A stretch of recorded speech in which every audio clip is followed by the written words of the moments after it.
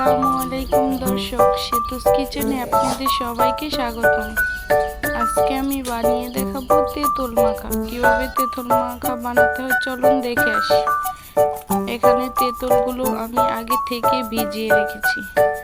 এখন তেঁতুলগুলো দিয়ে দিয়েছি। এখন লবণ, বিট লবণ, গুঁড়ো মরিচ,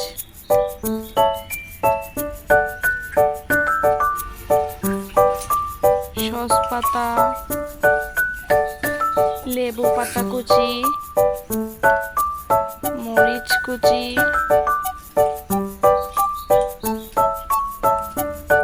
সবগুলো একসাথে ভালোভাবে মেখে নিব। এই গরমে তেঁতুল মাখা খেতে অনেক মজাদার। এখন একটু পানি দিয়ে দিব। সবগুলো ভালোভাবে মেখে নিব। একটু সময় করে সবগুলো মেখে নিতে হবে।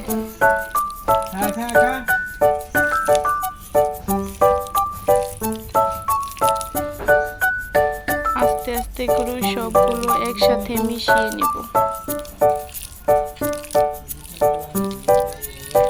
এভাবে তেঁতুল মাখা খেতে অনেক মজাদার হয়।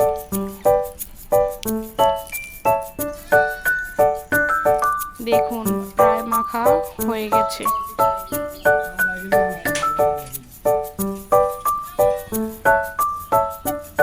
দেখুন, তেঁতুল মাখা দেখতে কতটা সুন্দর হয়েছে, খেতে অনেক মজাদার।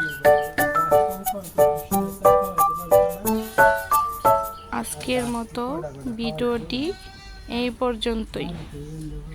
সবাইকে আসসালাম।